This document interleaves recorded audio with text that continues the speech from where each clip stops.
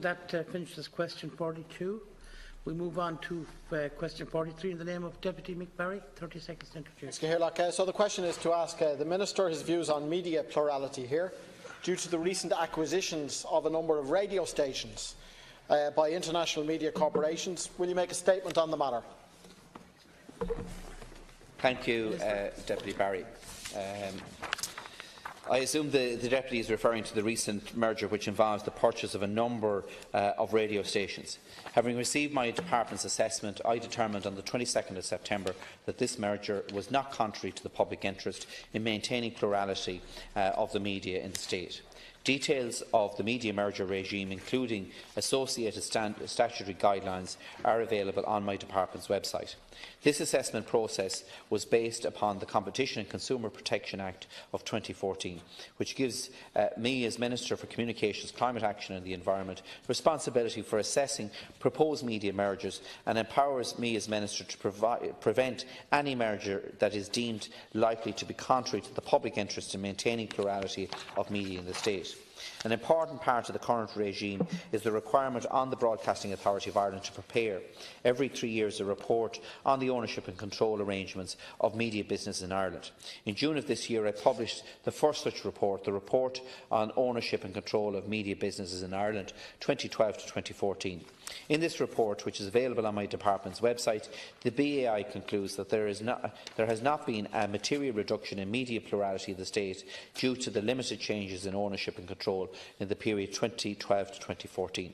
Furthermore, the international expert group Sustainable Governance Indicators ranked Ireland 9.0 out of 10 in media freedom and 8.0 out of 10 in media pluralism, noting the Irish media is independent with a pluralist ownership structure. In my view, the Competition and Consumer Protection Act of 2014 strikes the correct balance in the area and is working well, and as a result I am confident that we have a robust and effective set of measures in place to support and encourage a plural and diverse media. Thank you, Minister. Impeccable on time. Obviously focused on the purchase of a number of radio stations by News Corp, Richard Murdoch's News Corp. They purchased wireless, which is radio stations, FM 104, Q102, LM FM, Cork's 96 FM and C103, Live 95 and U105.8 Belfast. These stations have a 14% share of listenership. This adds to their media ownership and the lack of diversity plurality, because the same company also have the Times, the Sunday Times, the Sun, and the online company Storyful, apart altogether from B-Sky B, Fox, etc. etc. I noticed that a report by Roderick Flynn from DCU, as part of a report by the European University Institute recently, put Ireland in the high-risk category because of the concentration of media ownership at 74% and at medium risk 50% because of cross-media ownership. Would the Minister comment on that? Thank you, Deputy. Good on time as well, Minister. Thank you, Deputy Barry. There has been a number of reports in relation to media plurality. I suppose the one that's hitting the headlines at the moment has been Deputy Lynn Boylan MEP's report. And I was asked earlier on by Deputy Stanley if I'd read the report, and I have.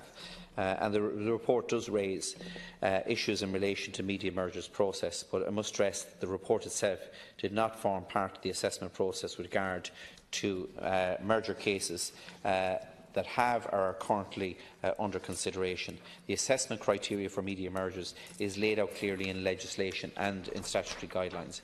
I have considered all of the media mergers in exact compliance with the legislation and the guidelines that have been set out, and I have not deviated one iota from that in relation to any of the media mergers that I have considered to date or any media mergers that I would consider in the future.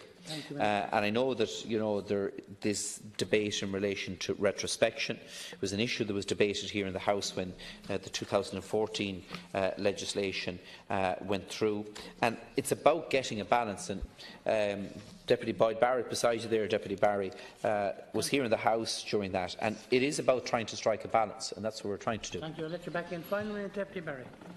Striking a balance, let's throw a few more stats into the discussion. I mean, Denis O'Brien's operation, a 29% stake in independent news and media, 100% control of Communicore.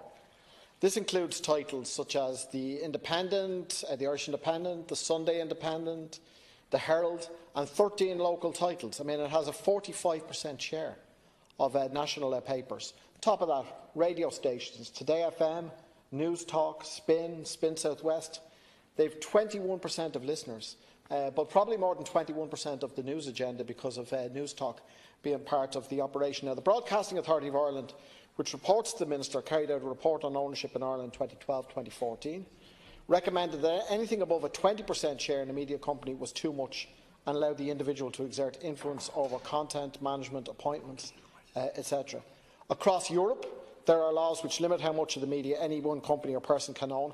So my question, will the Minister bring in laws like that here which will apply retrospectively? The Minister of Parliament.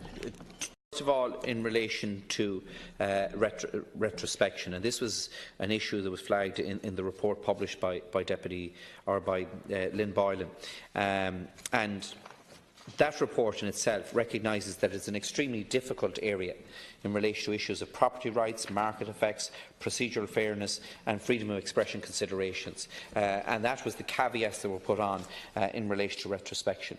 This was an issue that was debated during the passage of the Competition Consumer Protection Bill in 2014. And it was debated at the time about the introduction of retrospection in relation to media ownership. And there was a decision made at that time that, on balance, that it would not be right or proper to consider that.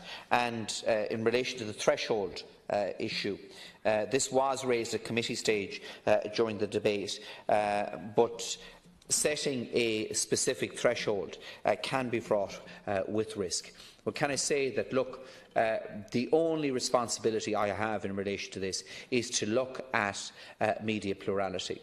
And when this report from my officials comes before me, I will be considering that in the context of the statutory obligations that I have as set out in legislation, as set out in the guidelines, and I will be looking at this purely from the point of media plurality. Thank you very much, Minister.